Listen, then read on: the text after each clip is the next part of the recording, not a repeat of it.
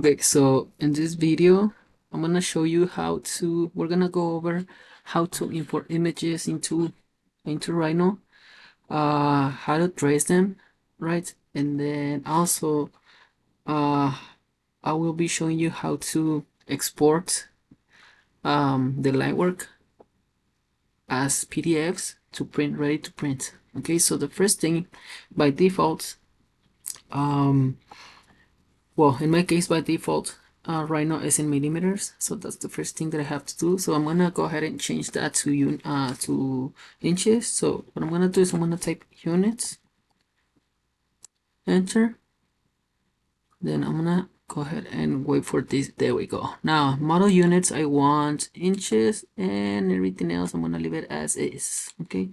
So just so you for you guys, make sure the gumball is active, smart track, OSNAP, ortho, and then on your OSNAP, make sure you have the end, near, point, mid, intersection, and perpendicular options checked.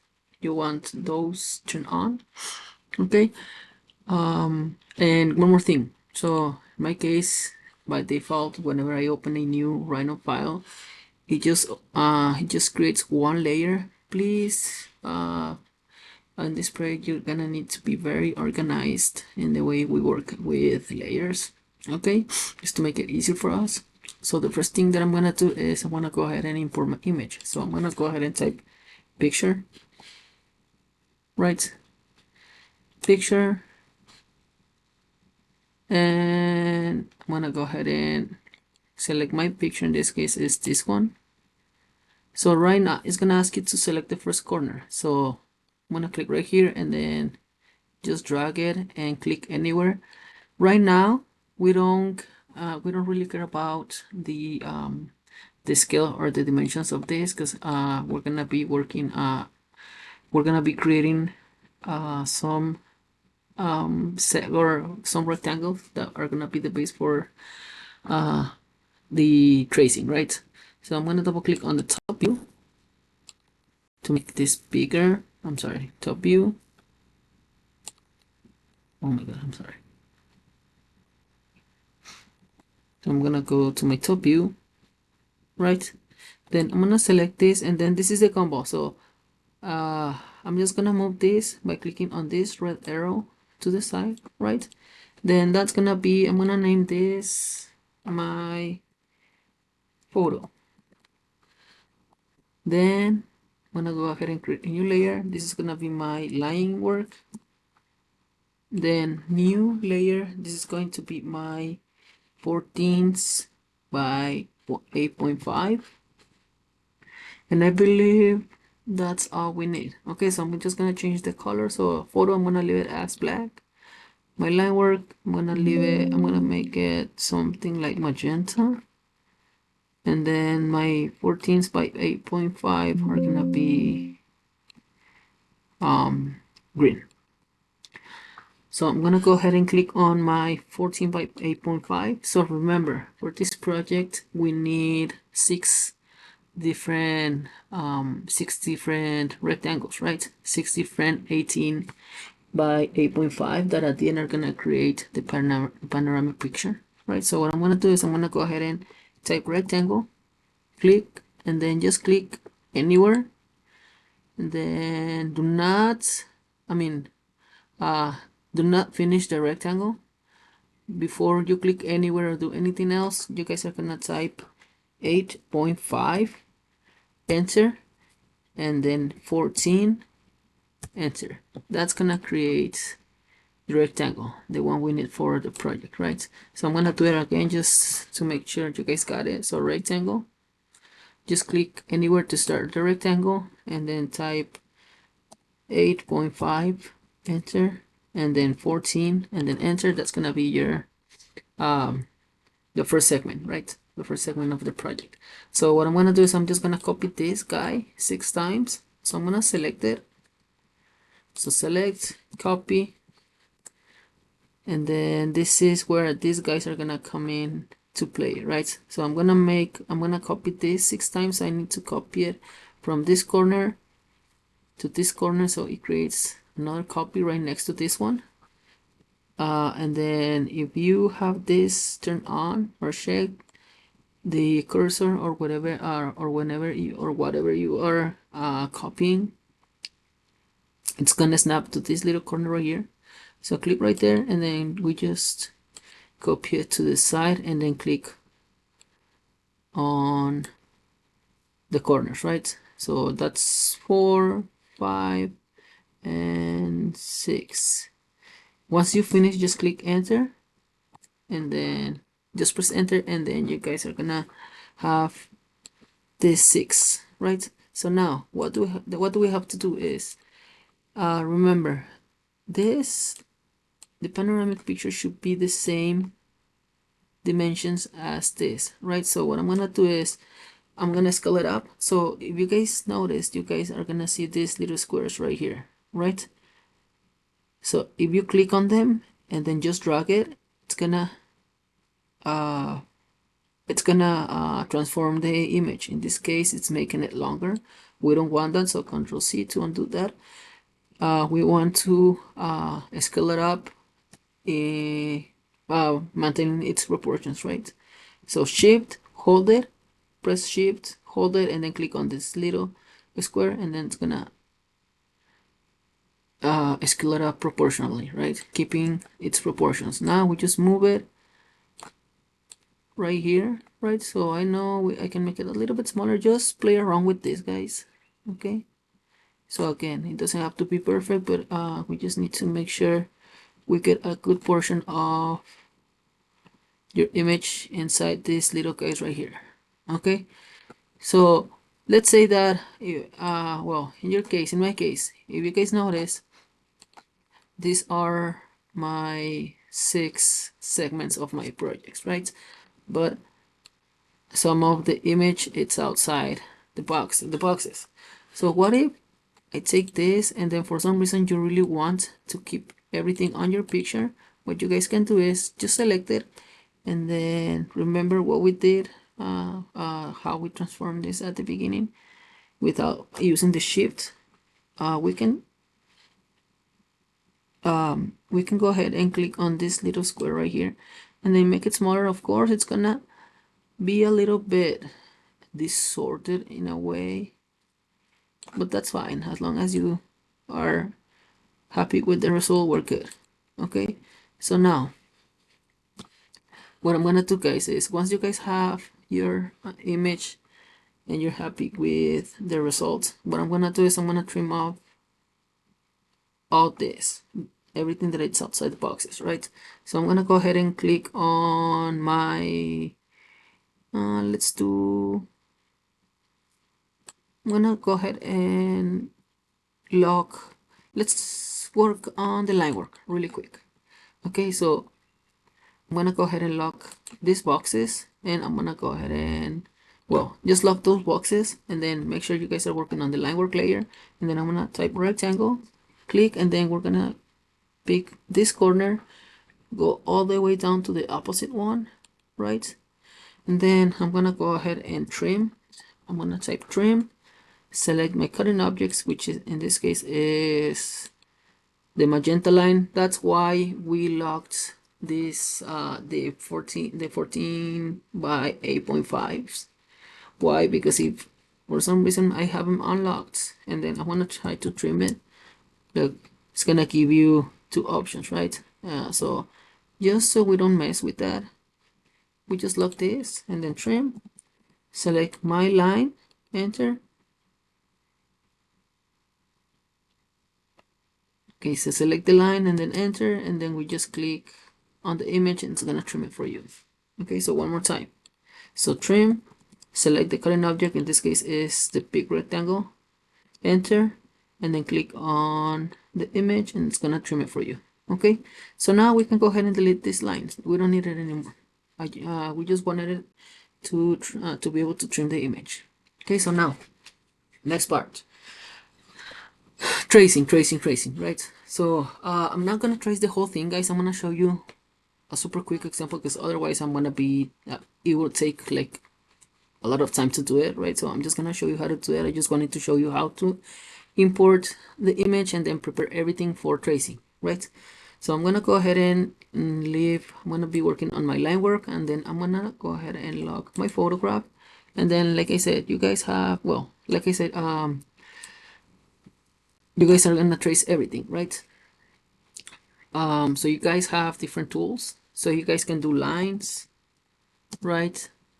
Which, yeah, create these lines, right? Create singular lines. You guys have curves that you guys can go ahead and start kind of creating curves with, right? And then also you guys have polylines, which in other words it's different segments joined together to create just one continuous line, right? So one more thing, guys, something that I wanted to mention. You guys have the ortho command on. So the ortho, guys, what it does is, let's say that I want to do a line, right? So the ortho is gonna limit your movements or the way you do things to 90 degrees, right? So if you notice, I can it just restricts my movements to 90-degree angle movements. So if I want to override that, just press shift, hold it, and then you guys are gonna be able to pretty much do any line at any angle that you guys want. And this is very helpful whenever you guys are doing the curves, right? So again, the ortho just limits your movements to 90-degree to 90-degree angle movements. So if I want to do a curve, and then I'm gonna start right there and then shift, now I'm gonna be able to kind of move it around however I want, right? So now I'm free to kind of, or I'm just free to create any curve that I want, right? So like again, I'm just gonna do a super I don't know, super abstract kind of tracing, right? Just to show you how to how to trace, and then also we're gonna move on to the export part of this thing. Okay, so now what I'm gonna do is I'm gonna create a polyline, and then remember I have the ortho on. That's why it's just restricting my movements to 90-degree angle movements. So I'm gonna go ahead and press and hold shift, and then I'm just gonna start tracing something. Okay, of course you guys have to be very accurate in the way you guys trace your image. Again, you guys don't want any details, just the basic outlines. All the details we're gonna add them on whenever you guys are working on the project itself. Okay, so now I'm gonna create a curve, right? So I'm just gonna create a curve like this, right? If for some reason, guys, if for some reason this happens to you guys, in which the line is extending out of the boundaries, we can always trim it. Okay, so we can go ahead and unlock my this layer, the 14 by 8.5, and then I'm gonna go ahead and type trim. Then we select the curve, enter, and then we just delete it. Okay, so one more time just to show you exactly how to do it. So trim, it's gonna ask you to select the current objects. In this case is this green rectangle, and then once you select it, just click enter, and now it's gonna ask you to select the objects to trim. So in this case, I just wanna get rid of this guy right here. I'm gonna click right there, and then it's gonna trim it for me. Now I can go back and lock this. So let's say once that's let's say that I just finished tracing everything, right? So if I turn this up, you guys are gonna see the tracing and everything, and then you guys are gonna see this six boxes, right? So now what I'm gonna do is, so for now we don't need the photograph anymore. It was just reference, but please do not erase it, do not delete it, and please make sure you guys save your file. So save. In this case, I'm just gonna save it right here on my downloads, and then this is gonna be my panoramic representation linework. And please guys, make sure you guys save it and you have access to it, because you guys will need this this file for the rest of the project. And then just save it. Right now let's go back to this. Now I'm gonna go ahead and hide this, and now what I'm gonna do guys is I'm gonna unlock this, right? And then now I'm gonna export each one, or I'm gonna show you how to export this or each individual rectangle or frame or segment of your project, right? So if you notice guys, these are continuous lines, right? So what we have to do is we have to split them. That way when we export this guy right here, it only exports whatever it's inside or within this rectangle right here, right? Same thing with this one, same thing with this one, right? So what I'm gonna do now guys is I'm gonna go ahead and type split, and then it's gonna ask you to select the objects to split. I'm gonna select my lines. Once you guys select all your lines, then enter. Now it's gonna ask you to select the current objects. In this case, the 6 boxes are gonna be my current objects. Just hit enter, and then it's gonna split all the lines for you. That's exactly what you guys want. Okay, so now guys, next part. Remember, I ask you, well, on the introduction of the project, I ask you to print each one of these on 11 by 17. Even though these are 14s by 8.5 by 14s, I'm gonna ask you to print them on 11 by 17. That way we make sure we get the 14 the 8.5 by 14s, right? And we don't shrink it or do anything weird to them. We really need those exact measurements. Okay, so now one thing guys, and I'm gonna tell you this because I've seen this a lot. So there's two ways to select everything or select things in Rhino. Well, there's many ways to select, right? But here's the thing: if I want to export this and these lines only, what I can do is I can go ahead and create a selecting box going from left to right, and that's gonna select only whatever it's inside this window, this box, right? So even though, let me graphically show you. So let me create a rectangle. So let's say this guy right here is my selecting box. Okay, so if I create this going from left to right, only whatever it's completely inside this selecting box is gonna be selected. So in this case, it's going to be my box, the 8.5 by 14, and then these lines as well. These are not gonna be selected. Why? Because these are the selection box, it's intersecting these lines.